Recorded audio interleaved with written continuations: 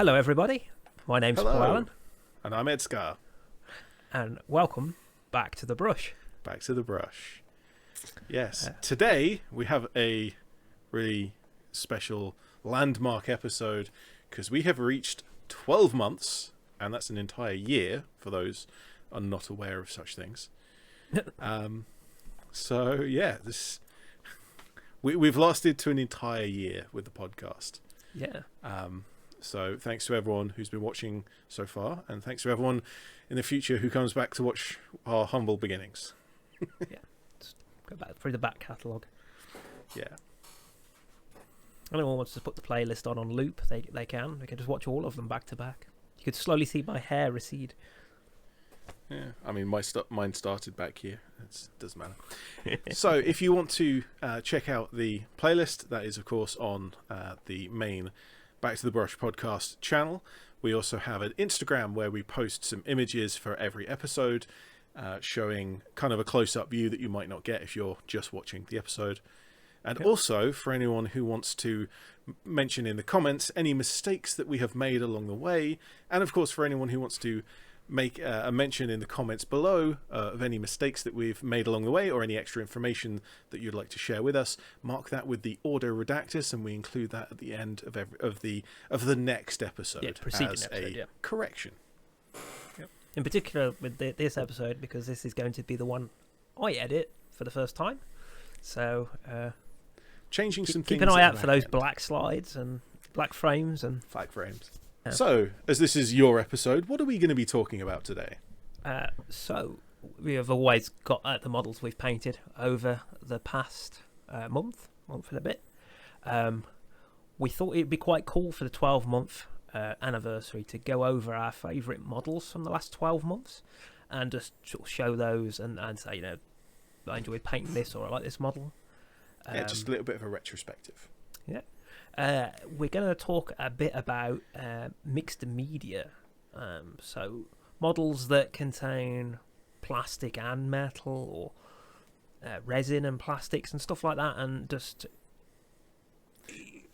dealing with and working with pieces of different materials. Yeah. For example, like the canopies on some of the models and stuff like that. I mean, I've certainly clouded a few up with super glue in my time. I mean, yeah, this one's pretty bad. I made this model a long time. Well, I never finished it, but a long time ago. But first of all, I wanted to do a little bit of talking about bases. So, as I've mentioned previously, I decided to concentrate on what I think is one of my weaker points, which is basing. And mine. So,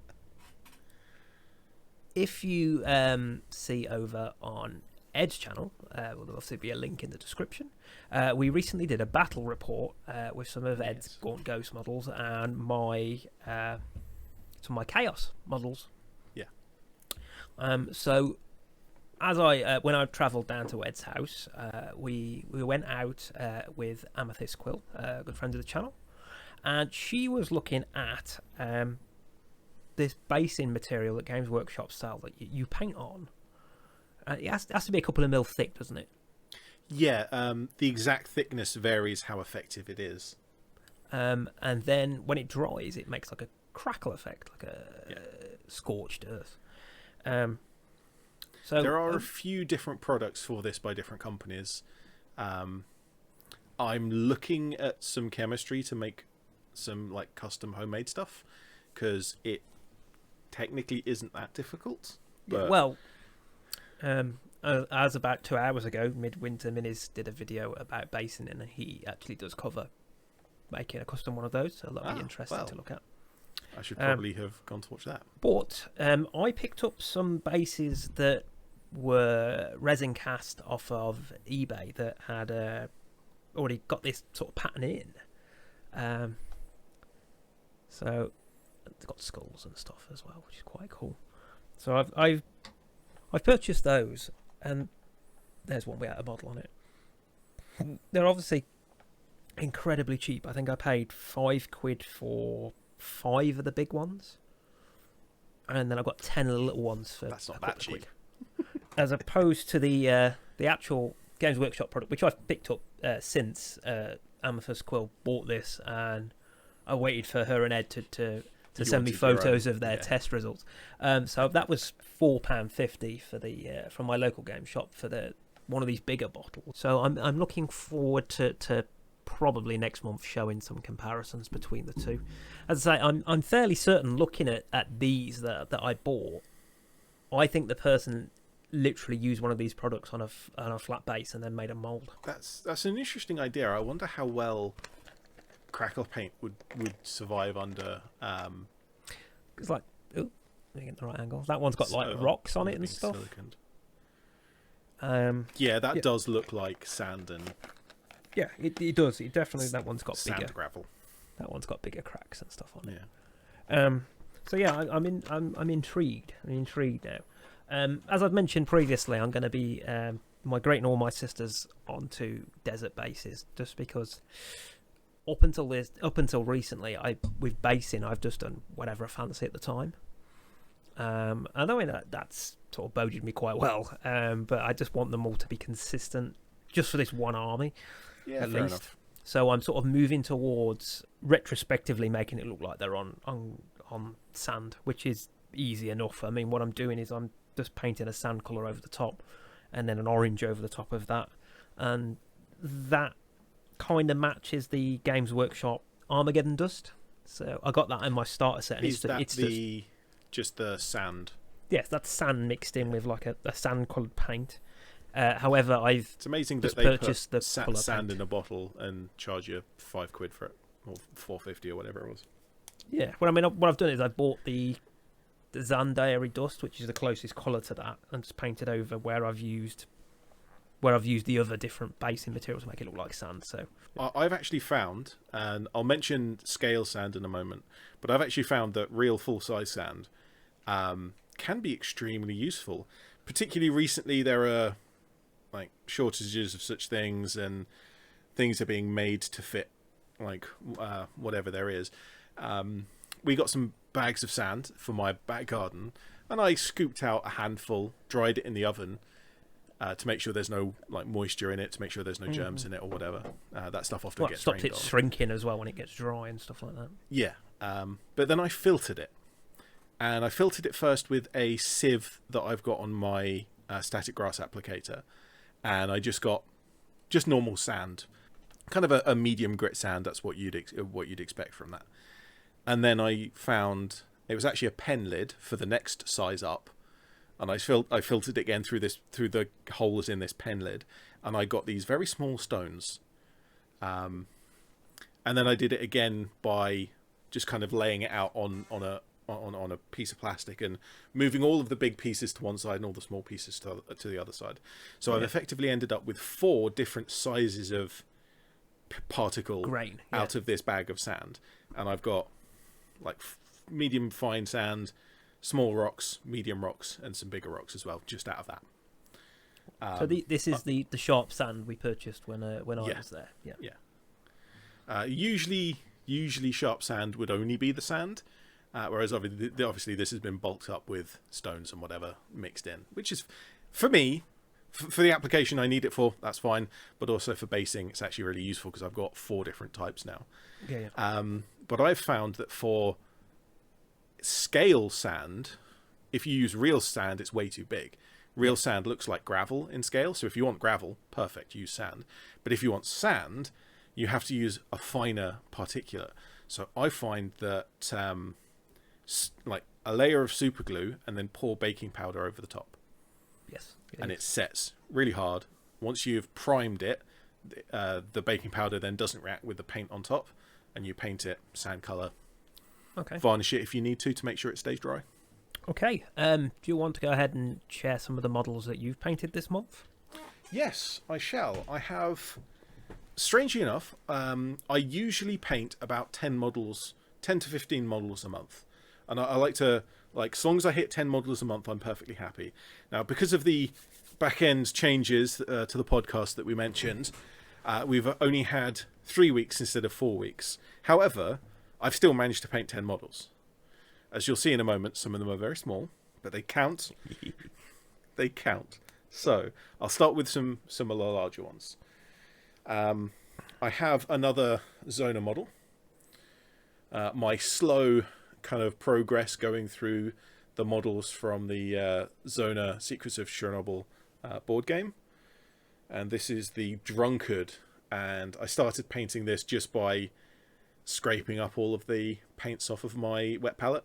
And I hadn't painted for a little while, so they were kind of lumpy. And it started badly, but I managed to recover it. Yes. When I played the game with this character, I got very unlucky. Very. Very unlucky. The dice you get have they're 4 positions. It's nothing. Zona symbol is kind of bad usually, and then you get a plus and a minus. So if you get pluses, that's beneficial to your roll. If it's minus, then it's negative. I 3 times got 3 negatives. Like all 3 die roll 3 negatives, which is very unlikely to get once, and I got 3 of them. And then also, on at least 5 occasions, I used a reroll in one way or another to reroll a minus to try and improve my roll. And on 5 occasions, it rerolled from a minus into another minus. And so, on the back of this beer keg that he's sitting on, I've just painted a little radiation symbol to say, you know what, this guy's so unlucky, he pulled out the one keg that's actually, it's been repurposed and it's been used for radioactive material. Radioactive beer. Yes. I have also some historical models. I did mention in my video on these that these are my first ever historical models, which is not strictly true. It's sort of true and sort of not true. Like, I've got some Airfix models that are historical, like World War II usually, but they're not gaming models. They're kind of something else. But I have painted them, so it kind of counts. Yeah, I've also got did loads when I was a kid. You know. Yeah, I've also got Sverd, which is a Viking model, technically from an alternate reality, but still a Viking. So anyway, well, I'd say fictional though. I think that would be the definition for me. Yeah. Whereas these are most certainly historical models, and these are made by Bad Squiddo Games, who are a company from up north in Nottingham, and they do metal cast models in the 2832 hero scale. And these are some Russian female sniper team. It's got a sniper and a spotter, and they have cloaks. So naturally, very similar, very familiar to some of the other stuff that I've painted recently. But they came out pretty good, I think. Yeah, cool. I like. Also, another historical model from Bad Squiddo Games, and this is the one that I'm really happy with this month. This is Queen Boudicca, and I've painted all of this tartan all over this model. It's got a yellow base tartan at the front and a blue base tartan on the cloak at the back. It's directly the color scheme from some of the artwork of Boudicca, which is not necessarily historically accurate, but it might be. I don't know. I did the best research I could. The only primary source information I could find was that Boudicca had tawny hair and wore a brightly coloured tunic and cloak. So I tried to make sure that they were fairly bright colours. I could have pushed it a bit brighter. I mean, I did view it showing my wife's family tartan, but he just wasn't having it. I can use my own family tartan, because I could have used this. Because this is my family tartan, and I've even got a brooch. Oh yeah, awesome. And a spider web. Because I think I'm of either the first generation who's not allowed to wear tartan, or the generation after that. There's a certain number of generations, if you don't live in Scotland, that you don't count as being allowed to wear the tartan anymore. Boudicca's not Scottish. She's from Norfolk, because she's the queen of the Iceni, who had territories in Norfolk. Another model that I have painted to bring us vaguely back on track. I have one Gaunt's Ghost model that I've painted this month. This is a model of a specific character, Lyja Ku, who is a deeply unpleasant character, but a very well-written character. And so I've made a specific model for him. I also have made some special rules for some of the Tanith First and Only characters. So when we come to do another battle report, I'll be using not the full fan codex, but like a prototype version of the fan codex. And that will include that character. Yeah, well, I've buffed up my Chaos Boys a little, so... Yeah, there's a few more of them, and we'll mention in a moment that they've got some moldy toenail. Moldy toenail. Its moldy name's going to toenails. stick now forever. Yeah, I have that effect sometimes. So I did mention that some of the models I painted this month, I painted 10 models, but some of them are very, very small. These are the very, very small models. So these are epic scale officers and commissars that I have sculpted cloaks onto and then painted them up. Yeah, I went in with Milliput and I sculpted cloaks on every single one of these. They are so small. I can barely get these to focus on a camera when I'm trying. Yeah, I mean, I'm looking on my phone as we speak on my at the up close features because. Yeah, so these are 6mm scale. So I've just put one next to a. I'm gonna say have a full size guy next to. Standard 2832 just to show you just how small they are. But yeah, I sculpted a cloak onto each of them. I've used all of my basing kind of sand and grit to make a variety of texture. I've painted them I've painted all 5 of them up as Gaunt on separate bases because they'll be going to different people. Yeah. I'll keep one for myself because I really like them and I want to keep one. But the others are going to certain people from the Gaunt's Ghost community. I should mention the trees. Yes. On each of these bases, to try and sell the scale, to try and make it feel like they were, to make it like to make them look better, being such small models on such a big base.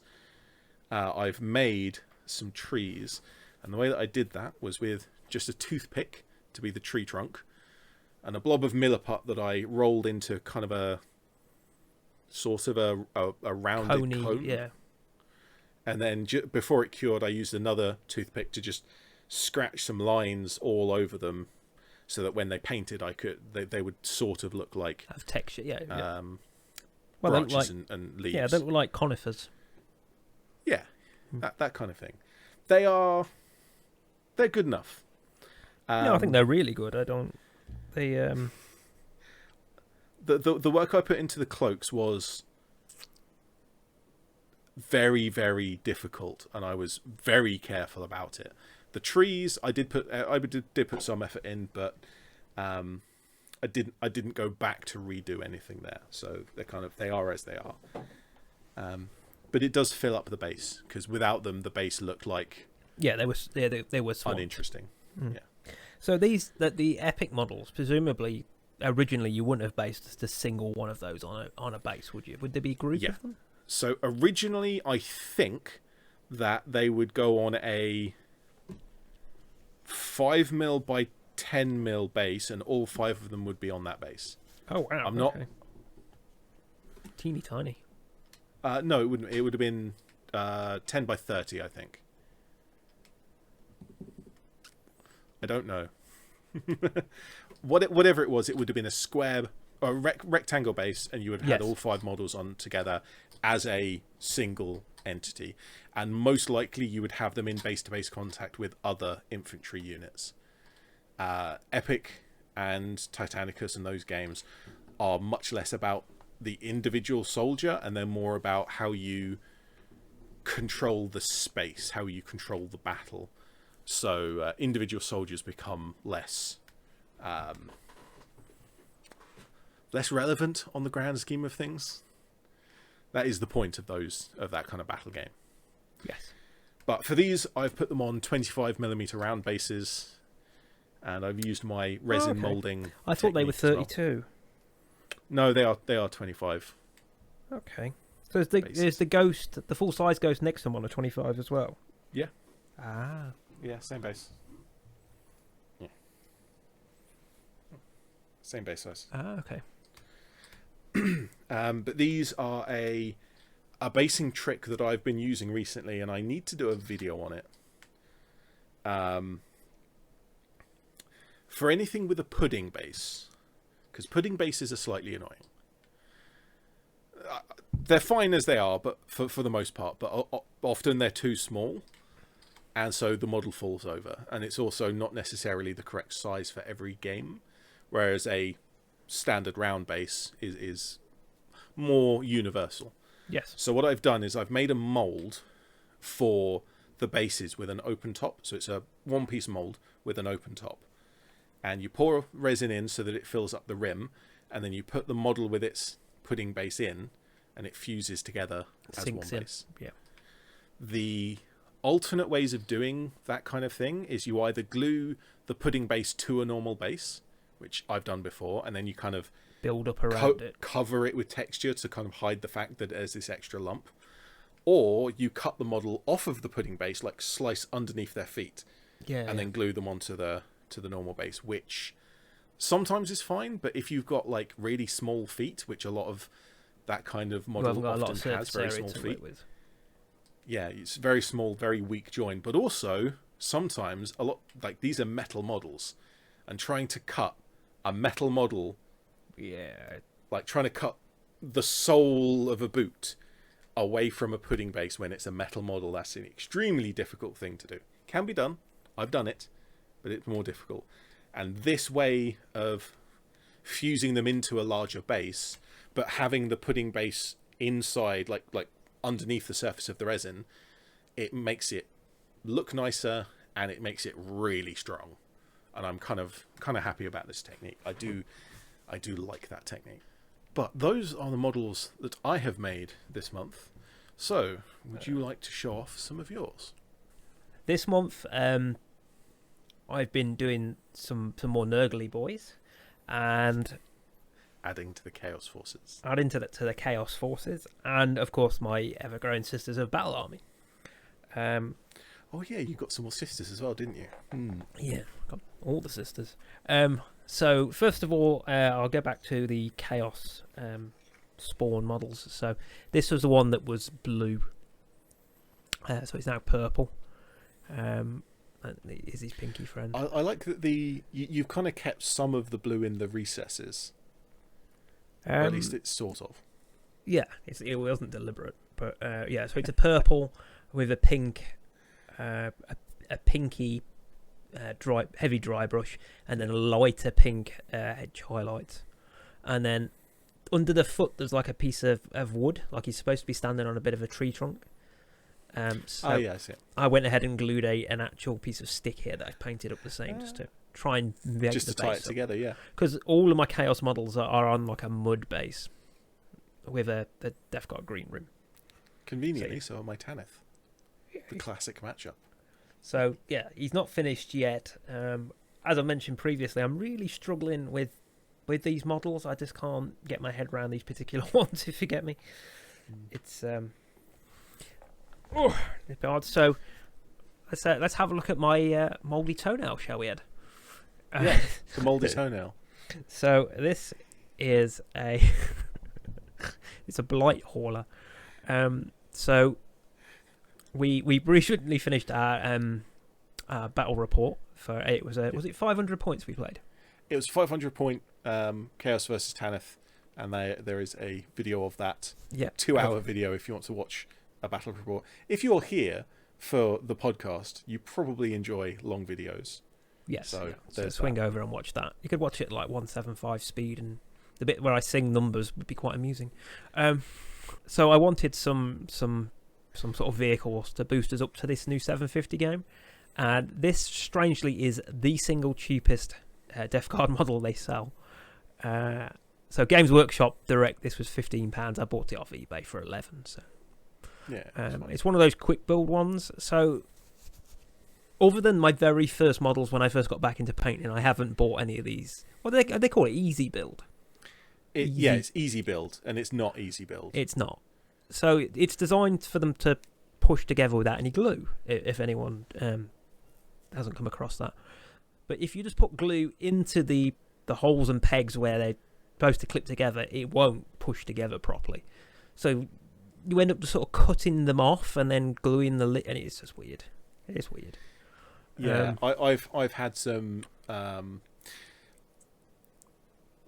easy build models, and they're awful. They really are. They don't go together easily at all.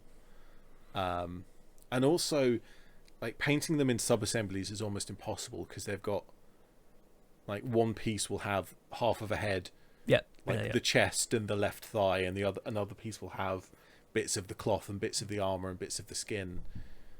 It's just, it makes no sense to me. I don't understand why they're made that way. Oh, so this guy isn't finished yet. In fact, if I turn it round, you can totally see where I painted this side. No, we're not allowed to show that side. Just the hero side.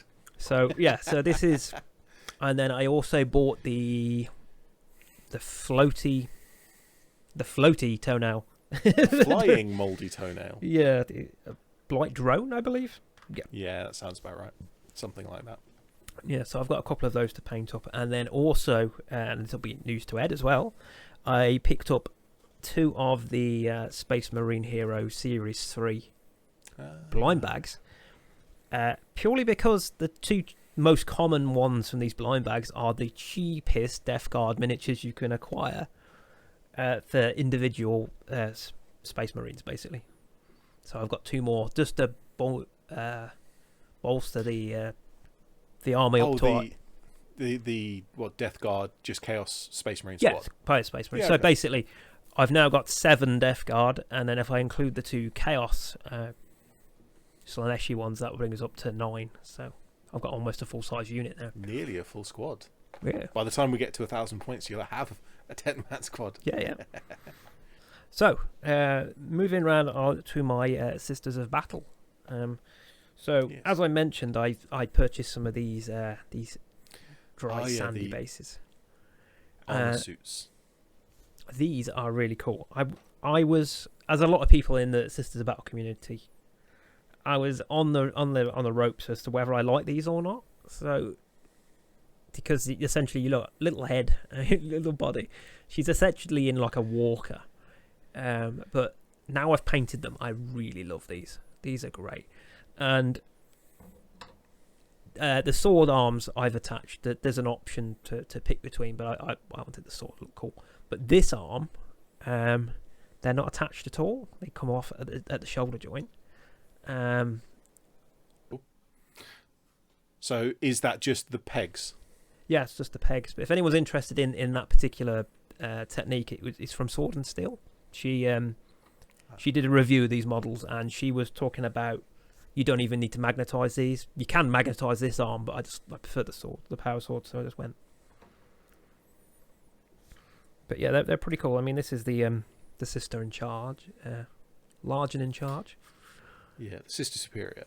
So yeah, so she's got some candles. I do love the absurdity. It's very 40k in its absurdity. Yeah, that you have this massively heavily armored war machine piloted by one person who just kind of is bolted to the front, and it has no protection from all of the armor that the thing has. She's got no protection for her head, other than, interestingly, if you put the heads in how GW wanted, the heads go lower into the body than what I've put them. But I mean, I went to a lot of effort. Have you extended their necks? Yeah, I went to a lot of effort to paint those faces, so they're going to have slightly higher. Like that one, she's sort of sunk in a wee bit. You know? Yeah. So I've painted these 3 up, and then I have the on the same kind of thing. The Russian sniper team that I painted this month. You can't paint their faces. These are single part metal models. Well, I mean, one's pressed up against a scope, and the other one's pressed up against a pair of binoculars. Yeah. So I did my best, but yeah, can't really do much better than that. Carry on. Okay, and then I have Molrith, I think her name is. I can't remember her name without looking it up. So she's like the High Lord. Yeah, the High Lord of Terror. So she's supposed to be in similar armor to these. I'm not inspired by this one. She's supposed to be all gold, and I just don't like the idea of all gold. I think I've discussed it previously, where I've said I've done a gold dry brush over black just to try and make it look a bit dingier. But yeah, I'm not 100% with that. Although I have since last time done her head, and she's got split hair, so one side's white and one side's grey. Ah. I That's think a nice touch. she looks a bit like Cruella de Vil, but there you go.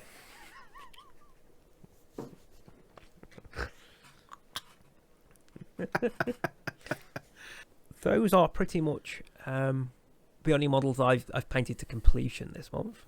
As Good we did stuff. mention, it's a shorter month. We've done three weeks. Well, next month is going to be a longer one, so we're definitely going to make up. Definitely make up for it.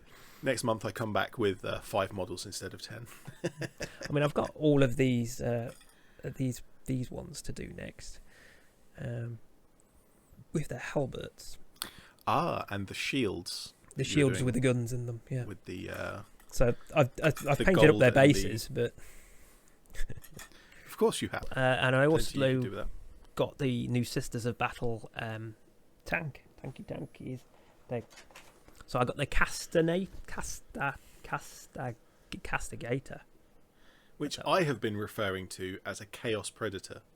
Yes, so Because we're it planning to use looks- this as a Chaos Predator for one of our games, just because it's pretty close, and Yeah, particularly in the scheme that it's painted in with the black and gold. so my plan is to It's replace very... the copula sister here. She's got no head at the moment. I've not glued that, so I'm gonna get a Chaos one and blue tack on for our game, and I can just swap fair them out. enough. Have you done? Is there on the model any like fleur de lis or battle sister iconography? I've not painted it at all. It's just black. I've just primed it. But is it sculpted in? Yes. Right. Yeah. Could you print? I'm just thinking as if you wanted to run it as a battle sister and a chaos, just by adding some pieces or taking some pieces away. Could you make some replacement door panels and front panels and stuff? Yeah. So my plan is I have this sprue of bits from the chaos. The chaos spawn. Yes. The chaos spawn. That is Is that just the 2 models Yeah. that were on that big sprue? There's just like little arms with axes and extra heads, and these are all eyeballs here. There's just loads. So That's cool. I was just thinking about just blue tacking some of these limbs and spikes onto a. Yeah, to cover the iconography, that would work. Yeah, well, there's. I mean, that I think is the Slanesh logo there, isn't it? Maybe I shouldn't use my middle finger. I think that's the Slanesh logo there. Corn maybe. Corn. I don't necessarily know the differences between the 4. Sorry, 5. I had a thought, and this is spoilers for anyone who hasn't seen our battle report. I noticed when I was editing that when I charged my veterans into the Poxwalkers, it tied them up for 2 turns. And so if I hadn't done that, the Poxwalkers, like, you might have sent them to the other end of the table into my infantry line. Yeah, that's what they were for. Yeah. Yeah. So as much as that was a bad decision in terms of losing the veterans, it was a good decision in terms of tying up the Poxwalkers. I mean, my plan now is to just put them all in a Rhino and drive it at you. Oh, good grief. Can you put them in a transport? I don't know. I'm hoping I can. Oh, no. Well, we're only going for 750 points next time, so it's only a little bit more. We'll eventually get to 1,000 points. I'm probably, at the moment, that's what I'm planning. I'm planning to get to 1,000 points and then kind of stopping with my 10th army. Pushing it to like 1,500 or a 2,000 point army, it's just going to be more and more of the same. So shall we move on to our next topic? Shall we move on to the mixed mediums? Mixed media models. Okay. And some of the difficulties and some of the tricks of how you do this kind of thing. And what we mean by mixed media models, although we did mention it earlier, is any model kit that comes with more than one type of material. So, for example, you buy a plastic kit and it comes with sprues of grey polystyrene plastic. And then you get one small sprue of, for example, clear plastic to make an aeroplane's canopy. And you actually have an example of that as well. I do, yeah. Let me just grab him. So this one I think is quite a good example. So I bought this model off of Facebook Marketplace cheap, and the original owner had just painted both the windows solid. So I bought these windows off of eBay separately, and this one I tried to super glue it in because I couldn't get the PVA. So there's a little bit of frosting on the top, which is really annoying. It's going to annoy me forever. No. But as I mentioned, what I find to be quite good for these is PVA glue. It dries clear, and if you ever need to get it off, you can get it off with a knife pretty easily. I was going to say, it's not particularly strong, but yeah, I mean, being able to take it off is a good option. The way that I have done it more recently, and this is a bad example, is you trace out the line where the canopy contacts the main body, and then you take a knife and you scrape all the way around to remove the paint, and then you put your polystyrene cement, put a little blob on a piece of glass or ceramic or something, a smooth surface that isn't going to melt, because you can't put it on plastic because it'll melt the plastic, but put it on a piece of ceramic and then run the canopy over that, like the contact surfaces. Yes, because then you're not like squirting directly onto it with a tube and making a mess. So it's much easier to contact it that way, and then you can press it in place, and you only get the glue where it needs to go, and it only needs a little bit. Yeah, I mean... but yeah, this is a bad example. I'm pretty sure this one went on with super glue because it's frosted up. But there is that. So other interesting examples. So is the Emulator. So this is another one of the sublimely stupid sisters of battle tanks.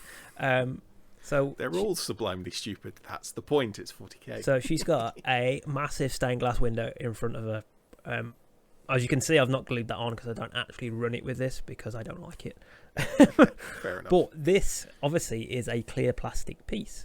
So is that the same type of clear plastic that like a plain canopy would be? Yes, it's exactly what it is. Yeah. So first and foremost, obviously you can't prime it. And then I've only got a UV torch, but this is it's clear plastic. So all of the colour work, with the exception of the gold, is done with washes. So the yellow went on as a thin layer of wash, left it to dry. If I did that, that's easier. And the pink and the green and the blue. And then the bottom was supposed to be grey, so I tried it with a black wash, but I don't really like that. I mean, it looks alright on the webcam now, but in person, not so much. And then the frame is just silver paint, like normal opaque silver and normal gold. Yeah, you can paint on opaque paints over the top. They can wear a little more than you would normally expect because there's no primer. Yes. But then you could potentially use a brush-on primer and be very, very careful with it. Indeed. Another example from old model kits, and I think this is still a reasonably well done thing. Here is a Russian T-34 variant, and it has a rubber or a very, very flexible plastic. I'm not actually sure what material it is. Track. Yeah. So the track is one piece, and I've pulled off the other side to give you a closer look. It's one single long strand that's molded like this, and it locks together to form a loop. And what you're supposed to do, and this one's kind of failed, but what you're supposed to do is use a soldering iron to melt the two ends together to make it a permanent loop. Yeah. So you build the tank, you paint it all up, without the tracks, and then you run the track over the wheels, solder it to just melt the ends together, and then it's done. So out of interest, would that actually drive? But does the wheel? Does it turn? Does the? It is intended for you to glue the wheels in place. So, Okay.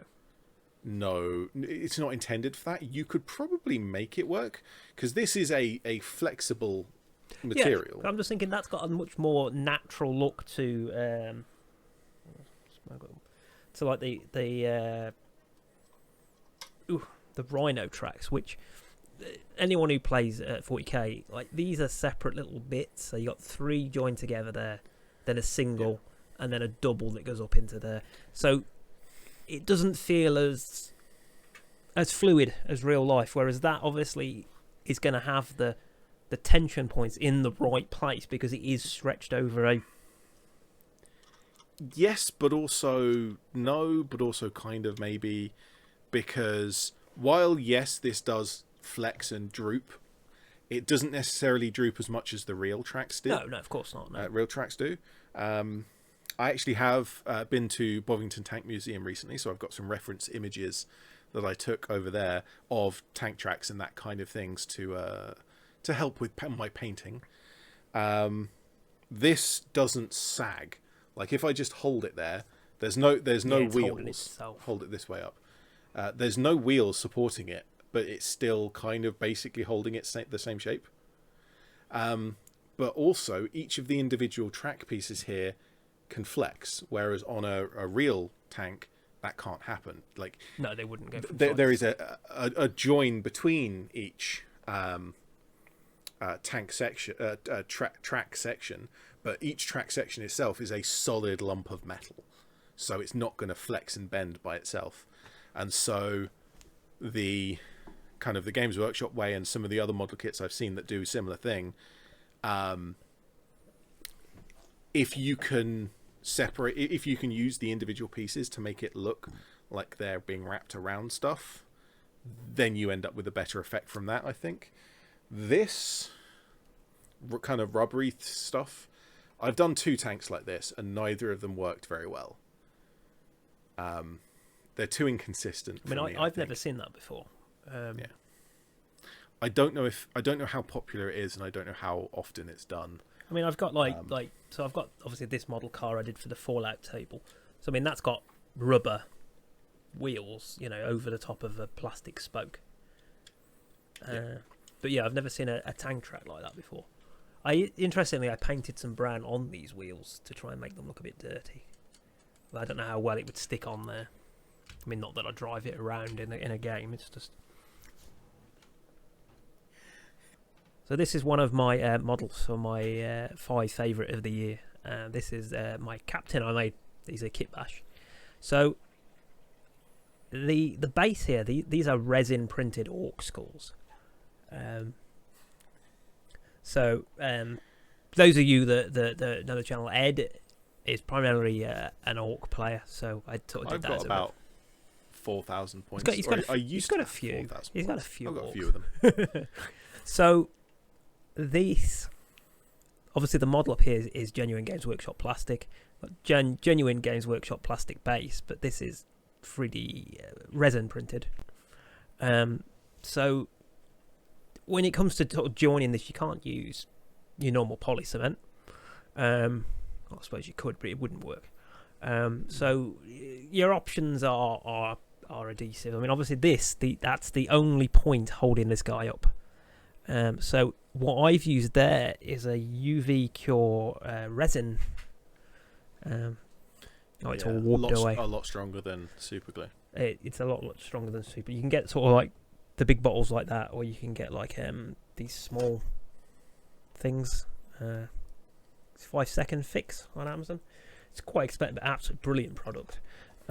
Takes primer fine. I say I've mentioned it before. I used it to build up sort of teeth on models and effectively 3D print manually. It's a really nice product. So 3D sketch. Yeah. So that's how I've attached this. I've attached him to his base. Yeah, because they're different materials. Yes. you could use super glue as we've mentioned, but super glue when you do something like this, it leaves a texture. And obviously it's not very strong. It's not very strong, and it leaves a cloudy texture. And then to try and improve this a bit more, I did a clear coat on it, which is why it's kind of shiny. Oh, and the shoulder pads. So I play Hawk Lords. So all of my Hawk Lords have custom resin printed shoulder pads, which I think we mentioned last month. I've got obviously loads of these things. So again, I tend to just super glue these because it's hidden, and that stuff's expensive.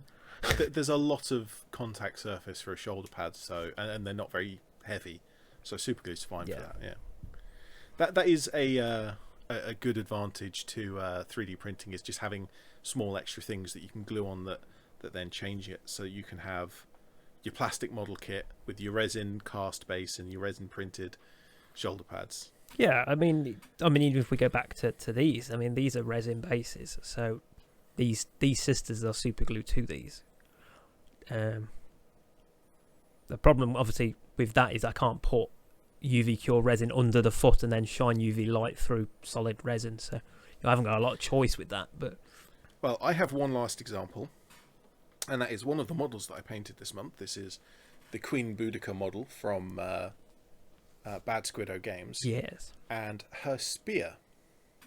So this is a relatively common thing in model tank kits. You often get the cannon barrel, because plastic is not that strong, particularly when it's a long thin stick.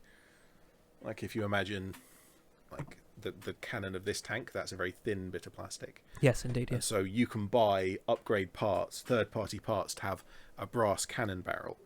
Well, in the same way, a spear is a very thin piece of material.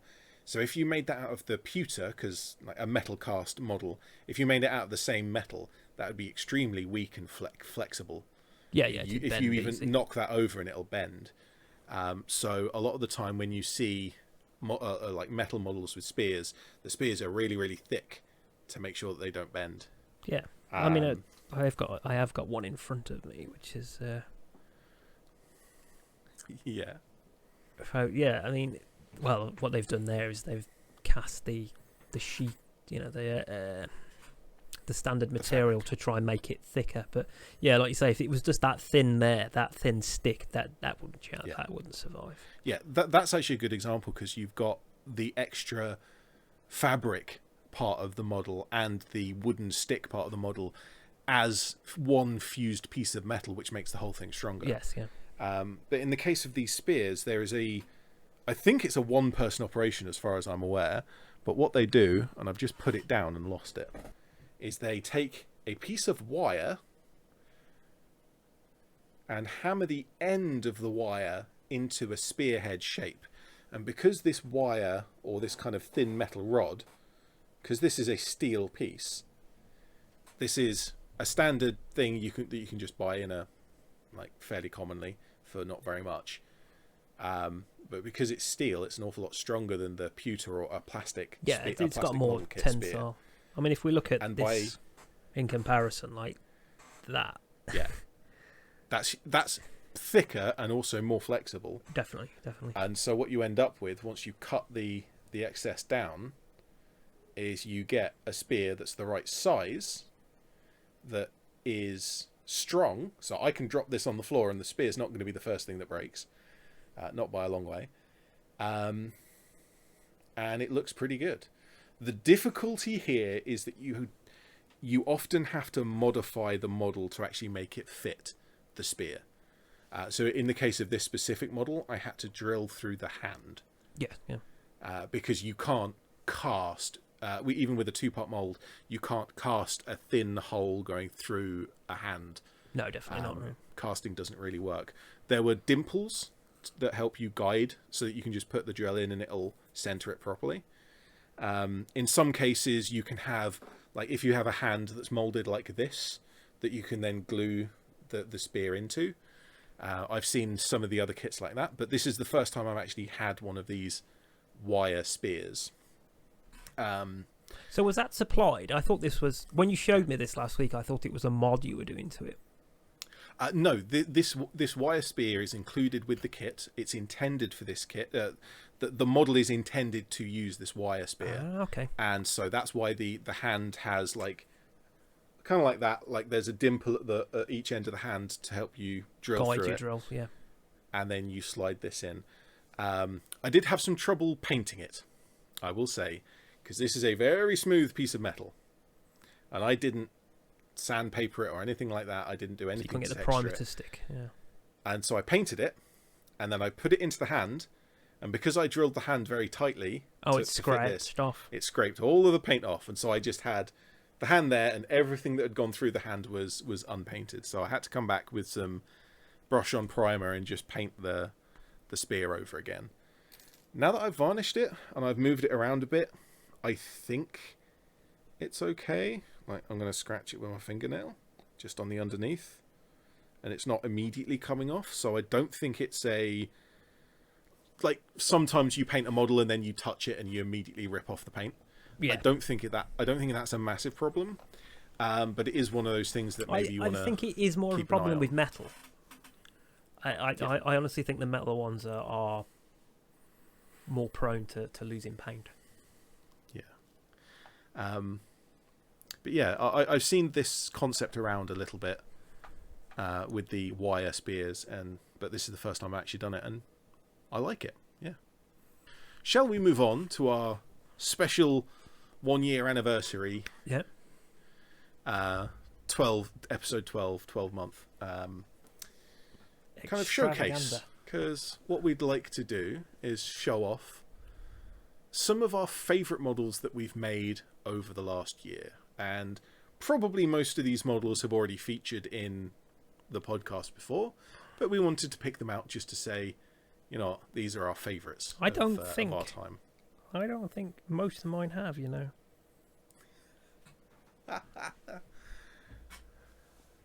I think the thing is, I think because certain models, when you get them, you go, I really like that. You kind of just crack on with it, and then it just, rather than thinking, I'll save that for the thing, I've just, crack on with it, and it goes up in the glass cabinet, you know. I think that's what it is. I mean, obviously, I've already shown, so Brother Captain Jim, as his comedy name is. Fair enough. So I literally kitbashed this from, like, this thing up here was separate. This arm, the plasma pistol, the servo skull. There's not a great deal left to him that's original, I must admit. I mean, they're all genuine GW parts, but except for the shoulder pad, which again I resin printed. But yeah, he's pretty cool. I mean, he's my favourite just because he's completely bespoke. And as I say, I play Hawk Lords, so the Hawk Lord sort of backstory. You made your own champion. Yeah, the Hawk Lord backstory is that they tend to they fly in rather than go in from drop pods. So obviously I'm building up some aerial units, but I just quite like the idea of the champion just does down. He's pretty cool. Cool. So you want to show us one of yours? My first one. Yeah, we'll go back and forth. I think. Yeah. My first one is, like, I don't necessarily care about the model, but it was at a time when I was changing my style of painting. Mm-hmm. So this is one of the Lord of the Rings model, and it's become a running joke that no matter how many times I check the names for these models, I keep misnaming them and forgetting what the name are. So I haven't even bothered to look it up. It's one of the Gondor models from Games Workshop's Lord of the Rings, and it's on the base that was made with the hot glue mold. If you remember that little debacle. Yes. That was good fun, but it turned out looking like a nice rock texture. But particularly the cloak on this model is, I was experimenting with wet blending, and I was also experimenting with layered highlights, and so I just really like the effect. I can probably paint better than this now, but that's not the point. The point is I like this. Yes. Yeah. This is a model that I like the look of. And if I was playing D&D as a fighter or some other kind of Yeah, it's a perfect model fantasy for it. S game, this is a great hero model for that.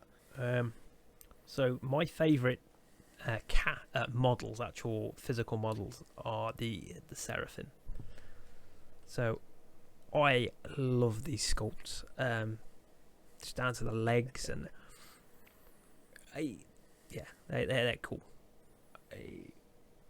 As I've mentioned, I'm going to rebase these to sand, but just the poses and everything to these, I absolutely love them. They're really cool. Amethyst Quill picked up some Seraphim recently, so I had a good look at the kit. It's a cool kit. Yeah, cool. They looking at them now, because these would have been really early on. I can paint way better than this now, which is quite cool. But yeah, that's okay. So having models in your army or just on the shelf that you can paint way better than is not a problem, because it's a model you enjoyed painting. It's a model that looks good on the shelf. I love the dynamic poses to them. As well, I've got a Kitbash model that I've made from one of these, which hopefully I should be able to show next month. I bought from eBay. Yeah, that'll look cool. My next one is the sort of historical model in the fact that it's a Viking model, but this is my character Sverd from a Call of Cthulhu campaign, standing in this kind of power squat with a broken spear at his feet. Lots of broken spears. Painted shield. The character is somewhat well known for breaking spears. And lying 4 about spears in tales 6 to small sessions, children. I think. One of which went through my body and snapped. You were just looking after it for me. I was just keeping it warm with my lungs. As an aside, have you painted your Freya model from that same game? No. No? Okay. Well. She's here though. It is to hand. In her, not even primed. In her pudding base. Hang on, the cat's walking across my keyboard. Now, from a paint job point of view, I have the Hospitilla. So this is your Sisters of Battle medic. First and foremost, she's wearing a white, and it was a pain to paint. It was really awkward. White often is. But like down the front here, there's like a red-white sort of pattern, which is really cool. And at her feet, we have an injured battle sister, sort of calling out for help. This is the first time I'd used like a fake blood as well, so that's sort of dripping from her. And I really enjoyed painting this one. Again, looking back at it now, I've not done a great deal of detail on the face. But yeah, I love this one. I love painting this one.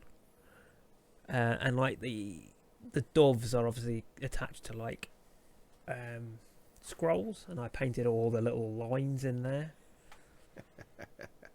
and the book I did with that, which I recall I did with a acupuncture needle. So I dipped that in the black ink and then very fine squiggles to get the... Okay, that's one way of doing it. I do tend to stick with a brush even when I'm painting like line details and text, but there are other methods that can be easier. Yeah, I do like that model. I'm just smiling at it now. Yeah. Well, hey, it's a model you enjoyed. Another model that I enjoyed that's not necessarily technically very good, but I think really sells the effect, is this Cyberpunk OSL model that I did. I did a video where I painted a model every day for 7 days, and this is one of those. So OSL stands for Object Source Lighting? Object Source Lighting. Essentially, if you have a source of light that is on the model or inside the model, then it's OSL. If your model is lit by a fire that's outside of the model, then it's environmental lighting. But in this case, there is a little like computer terminal, like a phone box or a parking meter, whatever it is.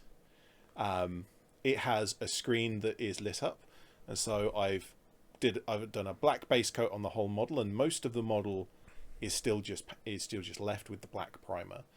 But any part of the model that's facing the screen, I've painted that to make it look like the only light in the scene is from the screen of this parking meter. So like his back's all in shadow, and and the effect here, like I say, technically not necessarily it's perfect, but it's good enough that when I walk past the shelf, I notice this, because the lighting of this model doesn't match the lighting in the room, and it doesn't match the lighting of the models next to it. This is distinct, and that is why that's why this model has made it to my top 5, because the effect works. It tricks your mind into thinking that the lighting is real, even though it's maybe not perfect. So we have Ephrel Cern, and I can never remember her friend's name. So some elf dude. Some elf dude. So the Thriceborn, as she's known, is a sister of battle Psyker, who gets stranded on a world, and she ends up with the memories of an entire squad of sisters that have been tormented by chaos sort of in her brain. Lovely. So she's got like amazing psychic powers, and then her companion, he sort of travels with her, but they're trying to get to the Black Library so she can transcribe the information that's in her brain so that it's documented. So that there's a large novel about her, but I absolutely love this sculpt. So the idea is that obviously they've just come out of the webway, so we got all around his feet, and then she's sort of just like exploding it in, and then all walls are all exploding around her feet, and obviously the cape's folded up in the air, and her hair's flowed up. Absolutely awesome. A really cool model. Again, I don't think it's one of those ones that I would run in a game. When you run them in a game, they come together as a set. I just think it's a nice model to paint and have as part of the army as such. But yeah, I really love that sculpt. Of all of the Battle Sister models that you'd have as a display model, that's probably the best, just because of the really dynamic pose to her. Yeah.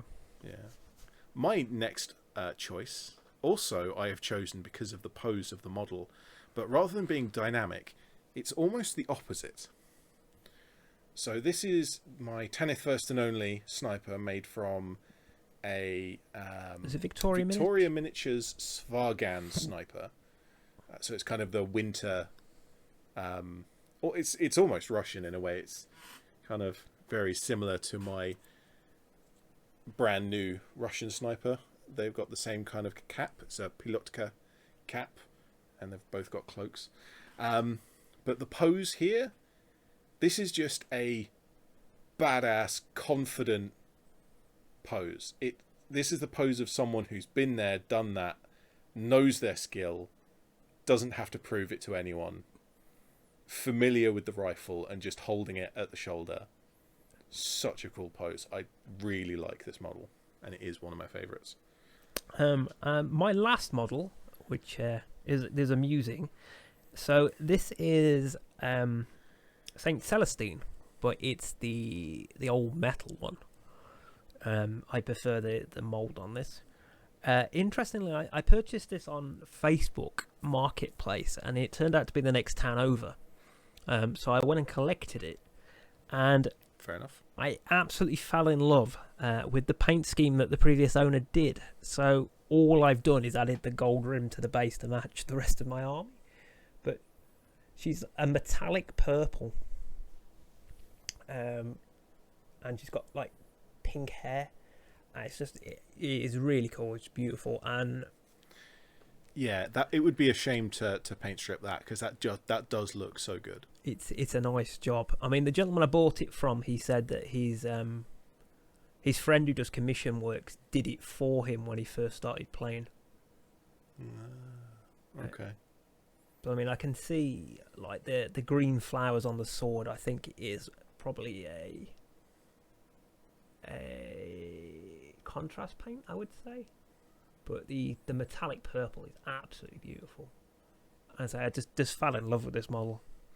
So I just thought I'd throw a curveball into the list and show a model I haven't painted. Yeah. Well, it's a model that you own and it's one of your favourite paint jobs. Even though it's not your paint job. That's fine. No, I don't go for the all gold. It doesn't fit in my grimdark aesthetic in my head either, really. Yeah, I have throughout my whole life.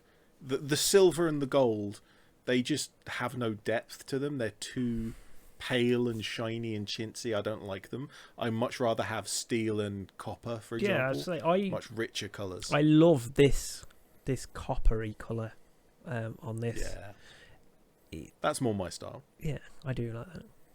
Interestingly, the eye on this is Blood for the Blood God, just because it does like a nice over silver, because it does a nice ruby sort of red.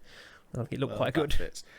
Anyway, before we get sidetracked again, my final model, and I think many people will have seen this coming, is another Gaunt's Ghost model, but specifically, it's my first pun model, the ghostly Gaunt's Ghost. Yeah. So it's a Nighthaunt ghost, Nighthaunt chain rasp ghost, and I switched out the sword for a short sword to make it the Tanith straight silver, and I've given him a lasgun, and I've kind of drilled into the side to make it look like the lasgun had overloaded and blown out, and that was all of the conversion work. It was a very simple conversion. Other than that, it's just painted up with the camo pattern to match the rest of the army. I believe that was one of the soldiers that survived in our game. I did have 2 squads that survived. I think you're right. I think this was one of the ones in the infantry squad.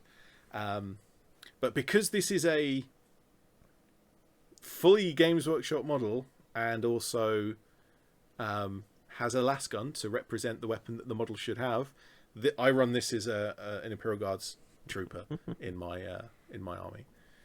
I'm sure there are some snobs out there who are like, no, you're not allowed to have fun. You're not allowed to run that model. But I don't care about such things. I play far more fun games. I mean, for anyone who has seen the video or is yet to see the video, we didn't stick wholeheartedly to the rules. We were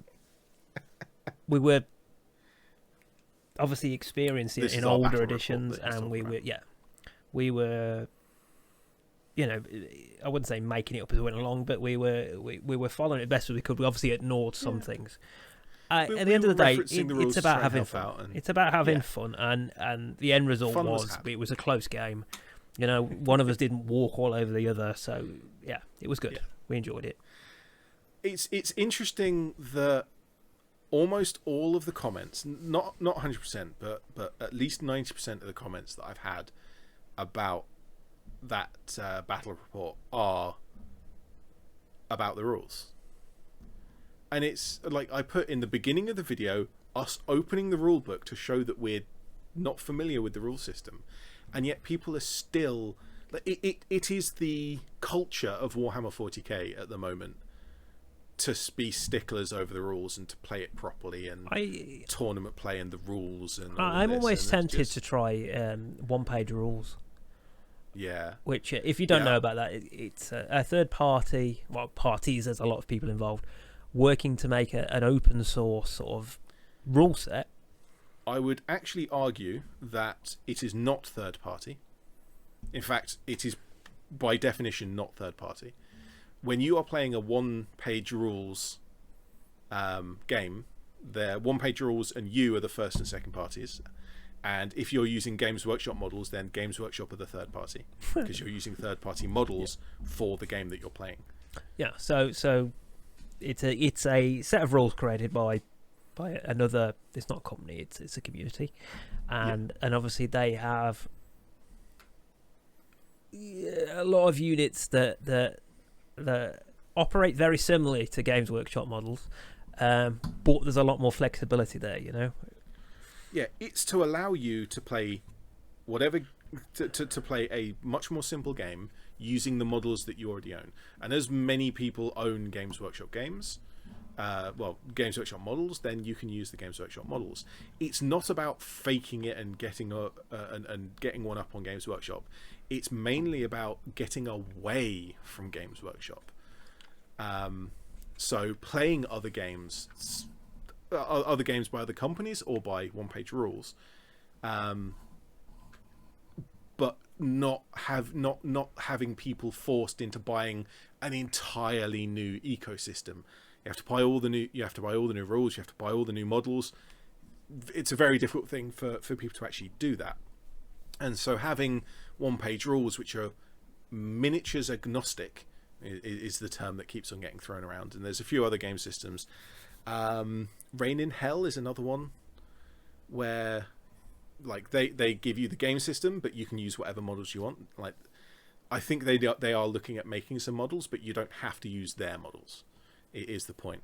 So you can grab this rule system for some of them are free, some of them are a small fee. But you can grab this rule system and use whatever models you already have. And that's a really cool way, and that's how this community should be. You pick a rule system that you want to play this game, but use whatever models you've got, whatever's close enough to match the style of the game. That's how this community should be as a whole. Yeah, so I want to run a toenail. Yeah, so if you say we're playing a World War II, like you're playing a rule system that's intended for World War II, if you picked you don't have any like American soldiers for World War II, but you still want to play the game. If you brought your Death Guard and you put this moldy toenail down and said, right, this is my Jeep, and these cultists are now my airborne infantry or whatever. So long as your opponent understands what rules you're using for those models, it doesn't matter. Yeah, might be worth us doing a game with one-page rules. I think that's a good idea. I think that's worth making into a battle report, actually. Also, just for reference, it's called one-page rules, but it's more than one page. I think that they originally made 3 or 4 game systems that were literally one page, but because they've wanted to add in more specific things, it's kind of ballooned out to a lot of stuff. But it's still considerably smaller than a rule book, a codex for each army, and then supplements. And the supplementary codex, and the extra rule book for climbing buildings. Yes, of course. That was Necromunda. Yeah. Second edition Necromunda contains all of the rules for first edition Necromunda, including all of the like extra supplements and stuff. Third edition Necromunda, you have to buy, I think it's 9 extra supplements that each cost like 75% the cost of the original rulebook. No, it's like the EA school of like we're going to strip out all of the rules from the game and give you just the absolute basics to play, and then sell you all of the other bits back in for £20 a time. I don't know when we were discussing this, I don't know if it was on camera or not, but with the Sisters of Battle recently, they've released a new supplement book. It's a storybook, but there's rules in there that you need to play the models. No, so mostly affects our Martyred Lady, which is the my army's our Martyred Lady, the black and red. But the stratagems and stuff like that are extra that you can run. But if you were in a tournament, you would be expected to turn up with that book. It's very odd, because I mean there are YouTube videos where people have gone through and said these are the new stratagems, these are the new spells, effectively. Games Workshop are too big for their boots. They've gone down the EA school of constantly selling new stuff, whatever its quality, whatever its purpose, just constantly new stuff. And I think a lot of people in the community are turning away from Games Workshop. I've seen a lot of that sentiment. And so rather than being gritty and like mean-spirited about, oh, our Games Workshop, blah, blah, blah, blah, blah. I'd rather go, hey, look at Frostgrave. Let's play Frostgrave. Hey, look at one-page rules. Let's pick out something that they've got. Let's look at Armada, Kings of War Armada, which I have done a few videos of a little while ago. Yeah, obviously there's a lot of stuff in the community at the minute about BattleTech.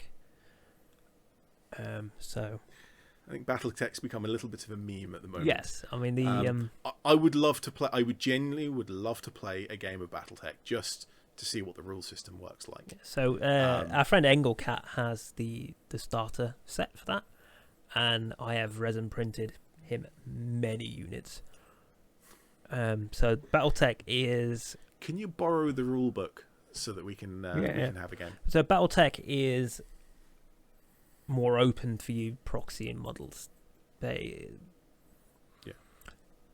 they sell the models themselves? Yes, yeah. So he bought it was a 2-model like introductory set, so it was just two, one for each opposing side, and then the beginner's box set thing surprisingly was out of stock in most places all of a sudden because everyone suddenly wants to play this game, and then there on Thingiverse there are designers that have just designed unique robots because the game is built in such a way that you make these cards, so they're templates with the box set, and you say, okay, so this robot's got this, it's got this, it's got this, and then it tells you how many points that robot's worth.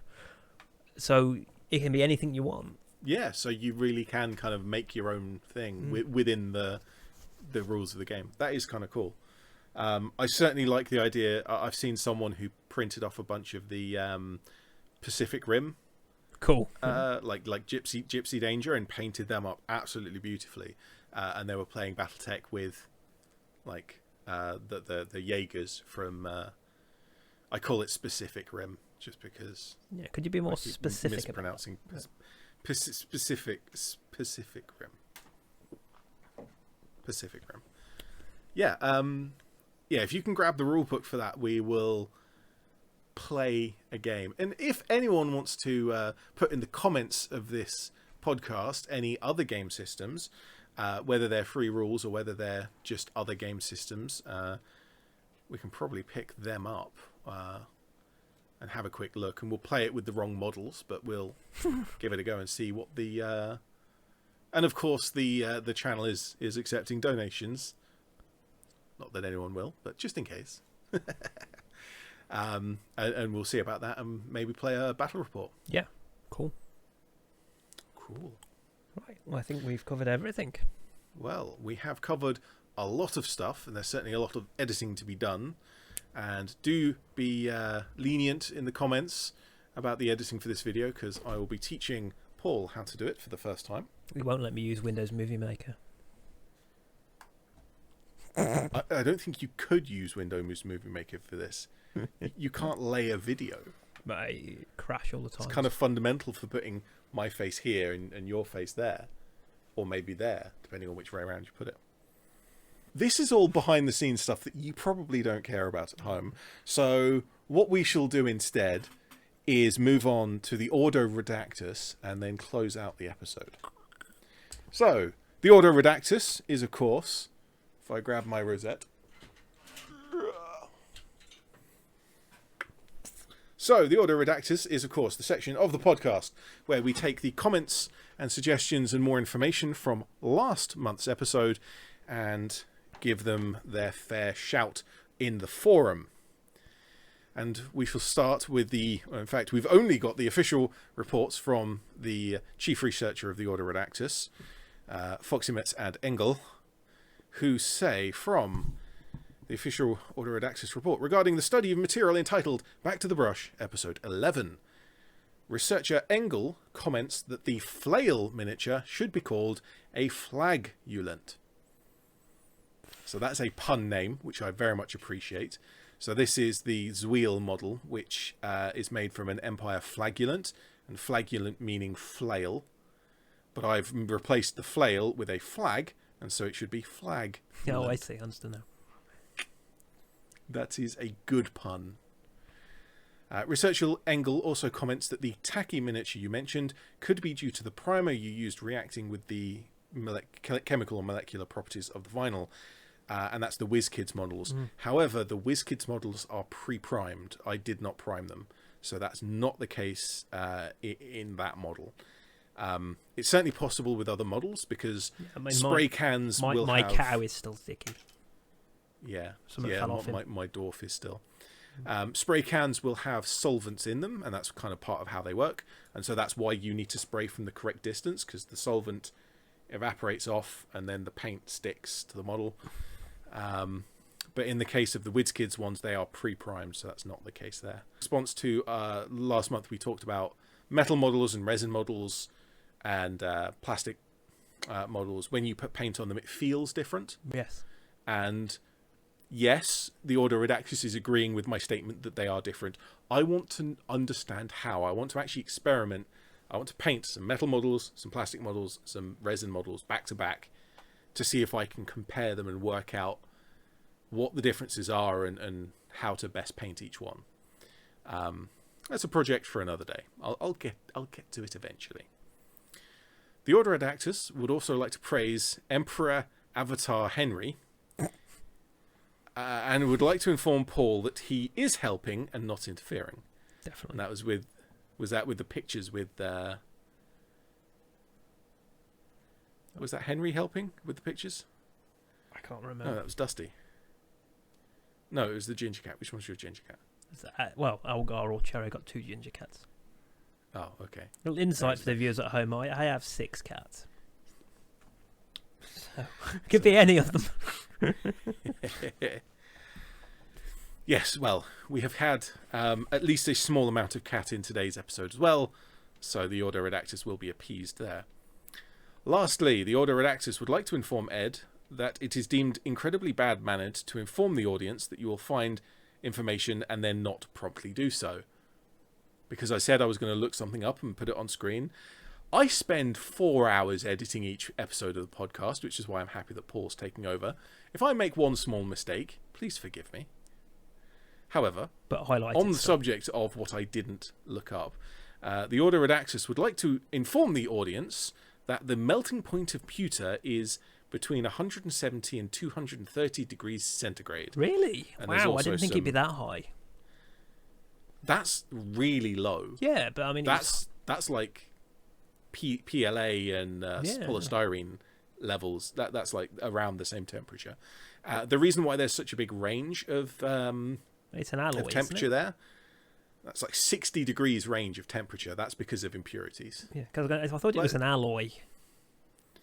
So I suppose actually, mixes. Yeah, you're right. It's less about the impurities and it's more about the different metals that have been deliberately added. Impurity, of course, being the stuff that's not deliberately added. So yeah, it's the deliberate kind of mix of tin and zinc and whatever else. Usually not lead anymore. If you find some older ones as well, isn't it? Yeah. So yeah, that's why salted. Lead is usually not used anymore. Tin is kind of frowned upon, but sometimes you still see it. But whichever metals they are, it's roughly that range. It's a very low melting point compared to something like steel, which is in the several thousand degrees. But interestingly, you said that your hot air gun can go up to 500 degrees? I can't remember. There was 2 options, and the slightly more expensive one did like an extra 100 degrees. It would be one of those kind of clickbait 30-second videos where you're like, I'm going to melt this metal model with a hot air gun. And you just point the hot air gun at it and it melts. I mean, I do own a smelter. I mean, you could just genuinely... I have an electric smelting furnace for jewellery melting. Me and Ed did some messing with metal casting for our other hobby, which is Nerf guns and stuff, making components. So I can get 700-800 degrees C out of that. So. I think what we need to do is get hold of some high temperature silicon, make some molds for like some model molds, some parts, whatever we think of at the time. Do some sculpting, make some molds of what we've sculpted, and then cast. We can do our own castings in pewter because it's only roughly 200 degrees. I reckon you could do that hot on a stove. Well, yes, you can actually. I've seen people do it on camping stoves and stuff. Geek Gaming Scenics, Luke from Geek Gaming Scenics did a video a couple months back where he melted some pewter models over I think it was a camping stove. Yeah. Why? But we could also, depending on how hot you can get that silicon, make some brass and copper models. I mean, I checked before because obviously when we were using it before, we were doing aluminium. Yeah. And I don't With think sand. there was any. Yeah, it was sand casting. I don't think there was any silicon that would take the temperatures that we could cast metal in. It's a lot hotter. Yeah. That's something we'll have to look into. How do you make a mold, a really nice, fine, smooth mold for brass, copper, something like that? I mean, pewter. I'm guessing silicon will withstand 200 easily because it goes in ovens and ovens go well. Yeah, yeah. I'm not worried about it for the pewter, but I want the color. I want the kind of coppery color. If you want to add something in the comment section below about the mistakes that we have made or some other comments that you would like to make, you can mark them as Ordo Redactus if you wish, and we shall feature them next month.